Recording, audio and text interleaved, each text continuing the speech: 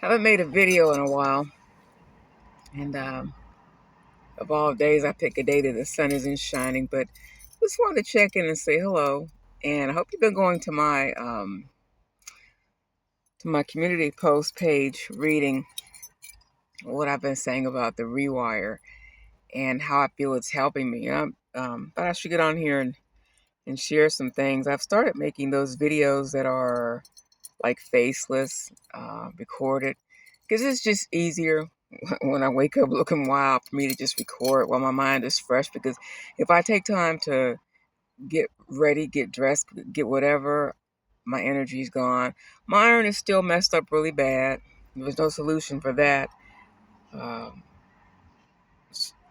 I don't want to say surprisingly, but because it was surprising at first, but these cards have been helping me to just, I guess, peel away my fear. A lot of fear that I had. But like I said, I cover that in the community. What I wanted to talk about today was that I know these cards are helping me with my thoughts because I still don't have any answers. I don't feel good because my iron levels are still jacked up and probably will be for as long as I'm breathing. But um, what concerns me is I'm not worried. I would have been worried. I have been worried. Uh, I don't have any answers about what I'm supposed to do. My house needs so much work done on it. My roof is leaking. Uh, in the winter, it's just it's not as cold without a furnace, but it might as well be because the breeze is coming through, and I was already told it didn't have any insulation.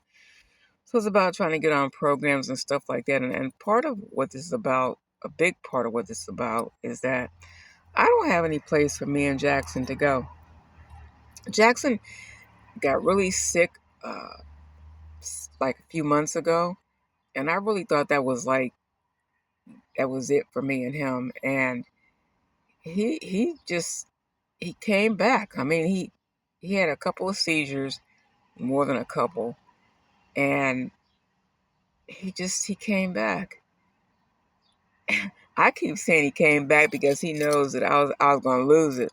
It was before these cards and before making any progress about how I'm processing everything that's happening to me. But I have no place for him and me to go. I've been trying to plan on what I'm going to do, as far as like, I don't have a place to live and I can't get what I need done to this house. And I never thought it would come down to that. And um, he's probably the oldest dog. I've had my dogs live like to 14. Of course, I was younger and in better health then, but now I have him. So I'm back to square one about when winter comes. And I know what a hard winter it was this last winter, and I don't know what I'm supposed to do. This iron, low iron feels like it's like I can't get enough oxygen. Like, I've got maybe a window in the day that might be like an hour.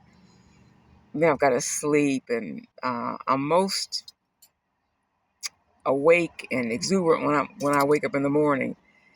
But then I have to kind of carefully plan out my day of what I'm going to do because that energy goes really fast, and I don't know what to do about that. Like I say, I've been seeing doctors and whatnot, and it seems like this is what I'm supposed to be dealing with. But now my thing is, we're already into July, and I don't know where this is going to go. I know that I don't have anywhere for me and Jackson to go. I know that my house is leaking. It needs repairs that I can't get done. I don't qualify for certain programs. I'm working on my back taxes, but that just means that I'm working on it, but they need to be paid in full for the programs that run here. So when someone tells me that, someone in my family, I'm going to be specific, I don't like that he say, she say bullshit. tells me that I can come and stay with them and they'll help me however they can, but I just can't bring my dog. See, they're talking to me crazy. They're talking to me crazy. This dog's been in my life since he was like, well, I want to say he was almost 2. And that was around like uh, a long time ago. And I wouldn't care if it was just a day, but the time that I spent with him is too much for me to just write him off. I struggled so hard with having him put down, and he hasn't had a seizure like it's going on like maybe almost 2 months now. And he seems to be doing better. I mean, I know he's not going to be with me forever, but I have nowhere for me and him to go. And I'm at this age where nobody's hiring. I'm in bad health. And it's almost like a bad joke, a bad universal joke. And I don't know what to do about it. Um, I don't know what to do about it. But as it is, like I said, there's no shelters in this area like that. And I wouldn't go anyway, just from the caliber of people I've met when I went to those places to eat and how uncomfortable I felt. And I don't think those places can help me. It's almost like I'm just in need of a miracle. So that's where I'm at right now. You know, maybe that's why I say I wish I had friends. I wish I had family that cared.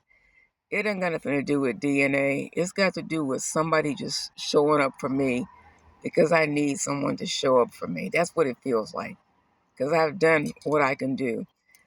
There's a neighbor on my block that tried to befriend me, and I more or less blatantly cut her off because what I said was, when you meet people, you're meeting everything else that comes with them. And sure enough, she's got like 30 grandkids, God bless her, but I don't want them all at my house. And they seem to be, is the point where you're cordial and then you're rude.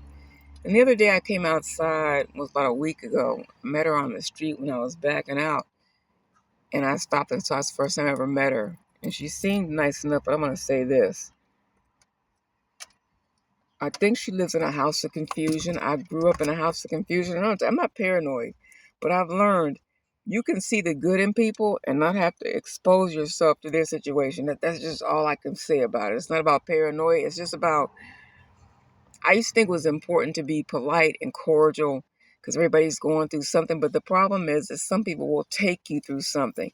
So when I'm looking at all this, I'm thinking, if I befriend you and you seem nice enough, but you're struggling like I am, that means that your grandkids and your daughter and whoever else comes through here will be stopping at my house like, 'cause we're all friends now. No, I can't take on any more of anybody else's. Because we talk, about things that happen in life and whatnot, and I just can't take on anybody.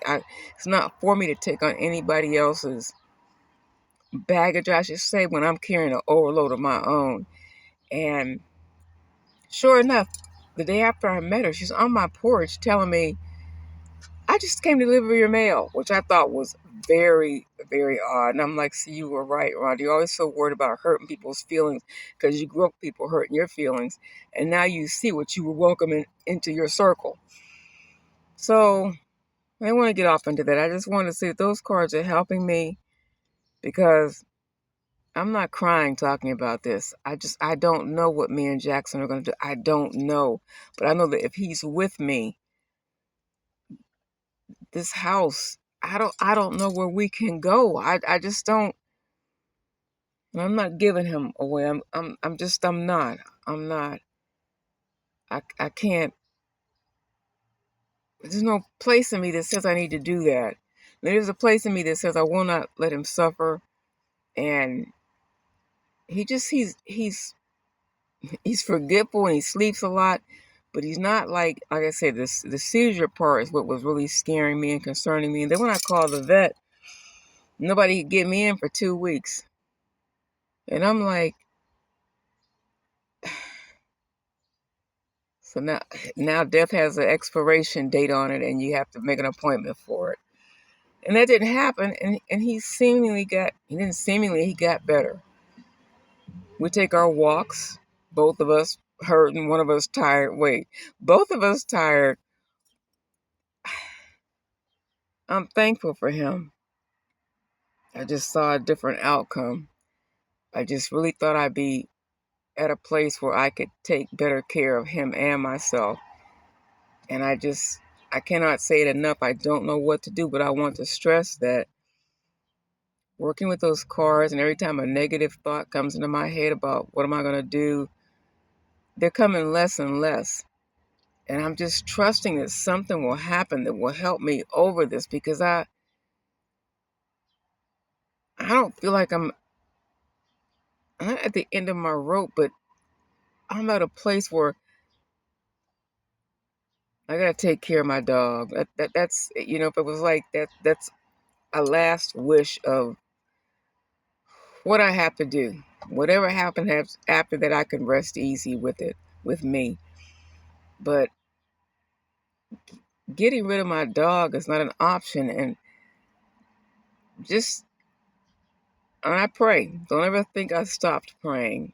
What I found is that I realize I can love people and just be totally disappointed in them. Mostly I'm disappointed in myself for the things that I would like to do, because I can't come up with any way to make extra money to get us over this hurdle, or to keep myself going. Because right now, this is all I got, and this is what's got me going, what's keeping me going. So that's all I wanted to say. And about those cards, I wouldn't get on here and put anything about those cards that were not true. That's what's been taking me so long to not only the Google problem, but the idea that I have to be able to experience this and say, this has helped me. And I can say that it has. It has, because I'm just thinking, surely there must be another way for me. There must be something else. Just must be something else. Anyway, hope you have a great day today. Talk to you soon.